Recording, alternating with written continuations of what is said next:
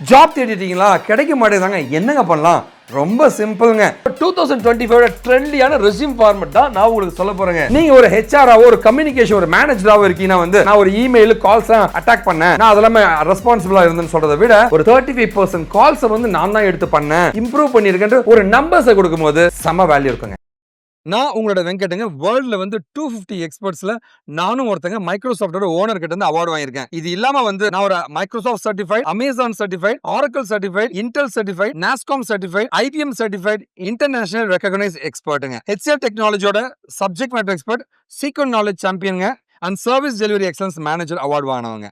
ஐடிக்குள்ள போனோங்களா, career gap இருக்கு, இல்ல நான் ஐடியில் இருக்கீங்கன்னா எல்லா சென்டருமே பார்த்தீங்கன்னா வேலை வாங்கி தருவோம், காசு கொடுங்க, இல்ல வேலைக்கு போன பின்னாடி காசு கொடுங்கன்னு சொல்லுவாங்க. கம்பெனியை ஏமாத்தி வேலை வாங்கி தருவேன்னு சொன்னா கம்பெனி எல்லாம் ஏமாத்த முடியாதுங்க. அது உன்னை ஏமாத்தி காசு பறிக்கிறதுக்காக தான் அந்த மாதிரி பண்ணுவாங்க. அவங்களுக்கு தெரியும் அப்படி ஏமாத்தி போனா 2-3 மாசம் உன்னை துரத்தி விட்டுருவாங்கன்ட்டு. தயவு செஞ்சு நேர்மையா வேலைக்கு போகணும்னு நினைங்க. ஸ்கில்ல உண்மையாவே டெவலப் பண்ணி விடுறவன் கம்பெனி ஏமாத்தி உங்களுக்கு ஏங்க வேலை வாங்கி தரணும்? நேர்மையா போங்க. உங்களுக்கு எந்த கைடன்ஸ்னா நீங்க என்ன கான்டாக்ட் பண்ணலாங்க.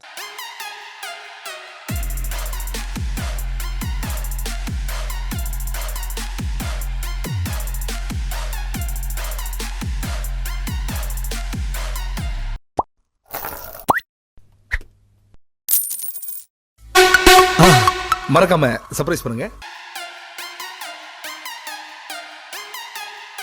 நீங்க ஒரு சாஃப்ட்வேர் டெஸ்டரா இருக்கீங்கன்னா நான் பக்கை ஃபிக்ஸ் பண்றதை விட இந்த மாதிரி ஒரு 20 கிரிட்டிக்கல் பக்ஸை ஃபிக்ஸ் பண்ண சொன்னீங்கன்னா அந்த இம்பாக்ட் ஒரு கம்பெனிக்கு பிடிக்கும். நீங்க ஒரு டேட்டா அனலிஸ்டா இருக்கீங்க, ஒரு ரிப்போர்ட்டை ஹேண்டில் பண்ணணும்னு சொல்றதை விட ஒரு ரிப்போர்ட்டை ஹேண்டில் பண்ணிட்டு அது ஒரு இன்னோவேட்டிவா ஒரு 5 மணி நேரம் வேலை செய்ய வேண்டியதை குறைச்சிருக்கு அப்படின்ற மாதிரி நீங்க கொடுத்தீங்கன்னா அந்த ப்ரொஃபைல் பயங்கரமான வேல்யூவா இருக்குங்க. நீங்க ஒரு ஹெச்ஆராவோ ஒரு கம்யூனிகேஷன் ஒரு மேனேஜராவோ இருக்கீங்கன்னா நான் ஒரு இமெயில் கால்ஸ் அட்டாக் பண்ணேன், நான் அதெல்லாம் ரெஸ்பான்சிபிளா இருந்தேன்னு சொல்றதை விட ஒரு 35% கால்ஸ் நான் தான் எடுத்து பண்ணேன், இம்ப்ரூவ் பண்ணிருக்கேன் ஒரு நம்பர்ஸை கொடுக்கும்போது செம வேல்யூ இருக்குங்க. நீங்க ஒரு மார்க்கெட்டிங்ல இருக்கீங்க அப்படின்னா ஹேண்டில்ட் மார்க்கெட்டிங் சொல்றதை விட இந்த இவ்வளவு பெர்சன்டேஜ்ங்க ஆல்மோஸ்ட் பாத்தீங்கன்னா 3 சக்சஸ்ஃபுல் ஆட் கேம்பெயின் நான் பண்ணி அது மூலமா 2.5 மடங்கு என் பிசினஸ் ரிட்டர்ன்ஸ் கொண்டு வந்திருக்கேன் அப்படின்னு சொன்னீங்கன்னா அதோட வேல்யூ அதிகமா இருக்கும். இம்பாக்ட் நம்பர்ஸ் கொடுக்குறீங்க. நீங்க ஜெனரலான ஒரு சாஃப்ட்வேர் இன்ஜினியர் இருக்கீங்கன்னா வொர்க் பிரஷர் நான் ஹேண்டில் பண்ணேன்னு சொல்றதை விட ஒரு டெட்லைன்ல 0 டிஃபெக்ட் ப்ராடக்ட் நான் தயாரிச்சேன்னு ஒரு எரர்லாம் இல்லாம நான் பண்ண ப்ராடக்ட் சொல்லும்போது ஒரு ஆக்ஷன் நம்பர்ஸ் கொடுக்குறீங்க. இந்த மாதிரி பாத்தீங்கன்னா ஒரு பிளைன் டெக்ஸ்டா கொடுக்காம ஒரு ஆக்ஷன் நம்பர்ஸ் கொடுக்கும்போது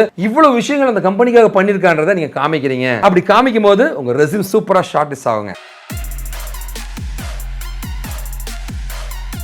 ஜாப் தேடிட்டீங்களா? கிடைக்க மாட்டேங்குதாங்க. என்னங்க பண்ணலாம்? ரொம்ப சிம்பிள்ங்க. 3 விஷயங்கள் நீங்க ஃபோக்கஸ் பண்ணணும். 1 ATS-friendly ரெஸ்யூமா இருக்கான்னு பாருங்க. 2வது உங்களோட LinkedIn profile, job search profile எல்லாமே ஒழுங்கா இருக்கான்னு பாருங்க. 3வது ஜாப் சர்ச் ஸ்ட்ராட்டஜி கரெக்டா இருக்கான்னு பாருங்க.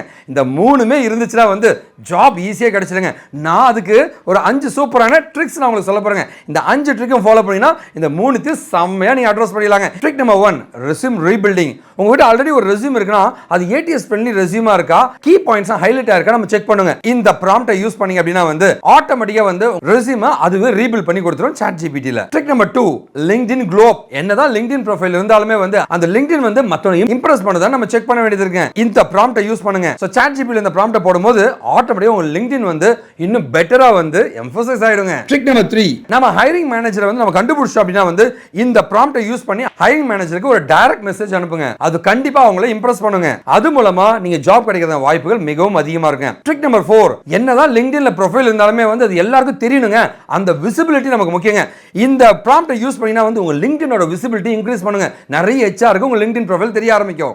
அது மூலமா ஈஸியா நீங்க வேலைக்கு போயிடலாங்க. இப்போ trick number 5 job search strategy. Job search ஸ்ட்ராட்டஜினா நம்ம ஜாப் தேடுறவங்க இந்த ப்ரொசீஜர்ல சர்ச் பண்ணனும்னா கண்டிப்பா ஜாப் கிடைக்கும்ன்ற இந்த ப்ராம்ப்டை யூஸ் பண்ணினா உங்களுக்கு சரியான கைடன்ஸ் கிடைக்கும். இந்த 5 ட்ரிக்ஸும் ஃபாலோ பண்ணுங்க. ஈஸியா ஜாபுக்கு நீங்க போயிடலாங்க. மேனுவல் ரெஸ்யூம் ஃபில்டரிங் எல்லாமே போயிடுச்சுங்க. இப்போ இருக்கிறது எல்லாமே ATS-friendly ரெஸ்யூமே.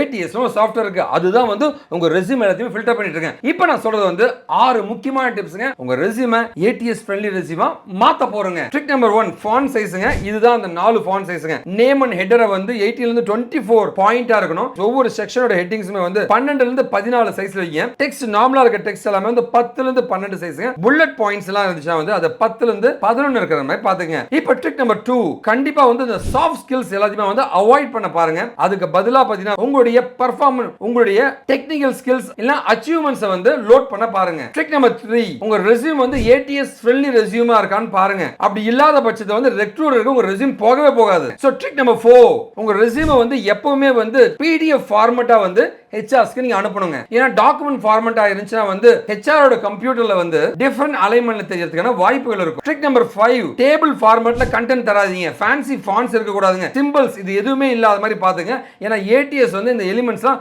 ரீட் பண்ண தெரியாதுங்க. ட்ரிக் நம்பர் 6, உங்க ரெஸ்யூமை வந்து இந்த நேம் ஃபார்மட்ல நீங்க ஸ்டோர் பண்ண பாருங்க. சின்னதா உங்களோட நேம்ங்க அண்டர்ஸ்கோர் கொடுத்துருங்க. ரோல் ஒரு ஜாவா டெவலப்பர் அந்த மாதிரி கொடுத்துட்டு _resume.pdf இந்த மாதிரி ஒரு ஃபார்மட்ல தான் வந்து உங்களோட ரெஸ்யூமோட நேம் இருக்கணுங்க. இந்த 6 ட்ரிக்மே ஃபாலோ பண்ணீங்கன்னா உங்க ரெஸ்யூம் கண்டிப்பா ஷார்ட் லிஸ்ட் ஆகுங்க. ஃபர்ஸ்ட் பிக்கெஸ்ட் மிஸ்டேக் என்னன்னு கேட்டீங்கன்னா வந்து லிங்கிங். அதாவது நம்ம ரெஸ்யூம்ல பார்த்தீங்கன்னா வந்து மெயில் ஐடி இருக்குங்க, நம்மளோட போர்ட்ஃபோலியோ வெப்சைட்ஸ் இருக்குங்க, இது இல்லாமல் லைவ் ப்ராஜெக்ட்ஸ் இருக்குங்க, லிங்க்டின் ப்ரொஃபைல் இருக்கும். இது எல்லாமே பார்த்தீங்கன்னா வந்து நம்ம பிளெயின் டெக்ஸ்டா கொடுத்து வச்சிருப்போம். HR என்ன பண்ணுவாங்கன்னா அதை கிளிக் பண்ணி லைவா போய் செக் பண்ண பார்ப்பாங்க. அப்படி கிளிக் பண்ணும்போது அது ஒர்க் ஆகாதுங்க. HR வந்து கொஞ்சம் டென்ஷன் ஆயிட்டு அந்த உங்க ரெஸ்யூமை ஃபில்டர் பண்ண மாட்டாங்க. இப்போ வந்து மிஸ்டேக் நம்பர் 2, எப்பவுமே வந்து உங்களோட ரோல்ஸ் அண்ட் ரெஸ்பான்சிபிலிட்டியோ எக்ஸ்பீரியன்ஸோ இருக்குன்னா வந்து அந்த இடத்துல வந்து பர்சனல் ப்ரோனோனை யூஸ் பண்ணாதீங்க. அது எப்படின்னா வந்து ஐன்ற எழுத்துங்க, ஐ ஹேவ் டன், அப்புறம் மீ, மை ப்ராஜெக்ட் அப்படின்னா ஐ மீ மை இந்த மாதிரி இருக்கலாம் அவாய்ட் பண்ண பாருங்க.